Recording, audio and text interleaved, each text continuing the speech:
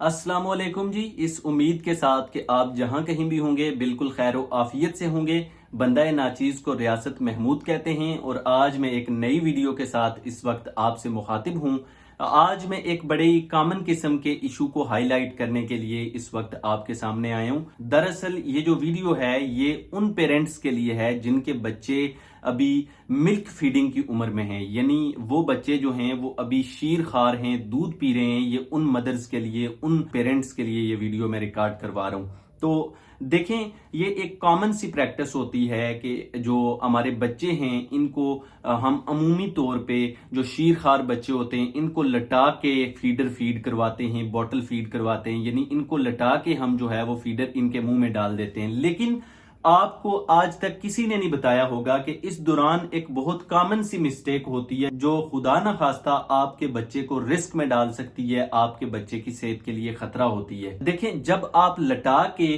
Feeder feed करवाती हैं, bottle feed करवाती हैं अपने बच्चे को, तो उस दौरान ये होता है कि आपका जो बच्चा है जब लेट के फीड कर रहा होता है तो उस दौरान आपके बच्चे के गले से जो मिल्क है, जो दूध है, ये जो है वो उस पोजीशन में होता है बच्चा जब लेट के फीड कर रहा होता है कि ये आपके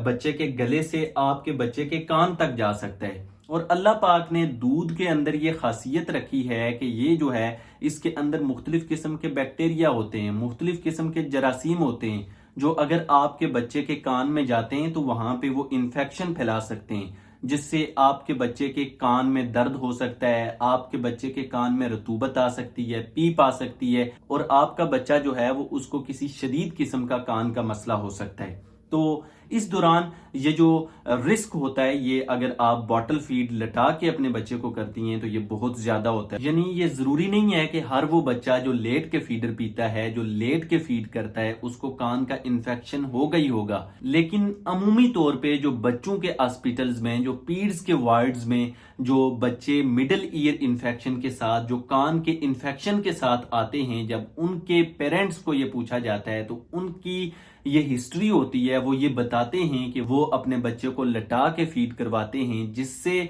जब इस पे रिसर्च की गई है तो उससे ये पता चला है कि अगर आप अपने बच्चे को लटा के फीड करवाते हैं तो आपके बच्चे को कान में इन्फेक्शन होने का खतरा ज्यादा से ज्यादा हो जाता है। और ये साइंटिफिकली वेरीफाइड है कि जो 6 माह से कम उम्र के बच्चे होते हैं उनको अगर आप लटा के बॉटल फीड करवाते हैं, लटा के फीडर पिलाते हैं, तो उनको इन्फेक्शन होने का, कान में इन्फेक्शन होने का रिस्क बहुत ज्यादा होता है। तो अब ये सवाल पैदा होता है कि वो कौन सा वे है, वो कौन सा तरीका है जिससे अगर आप अपने बच्चे को बॉटल फीड करवाएं अगर लटा के, तो आपका बच्चा जो है वो कान के इन्फेक्शन से बच सकता है। तो जो साइंटिफिकली वेरीफाइड या मेडिकल की दुनिया में एक बेहतरीन तरीका माना जाता है वो ये होता है कि जब आप अपने बच्चे को लटा के बॉटल फीड करवाना चाहती हैं तो उस दौरान आप जो है अपने बच्चे के सर के नीचे कोई ना कोई पिलो जरूर रखें, सराहना जरूर रखें। इससे आपके बच्चे की पोजीशन इस तरह से हो जाएगी कि उसके कान में मिल्क जाने का जो खतरा है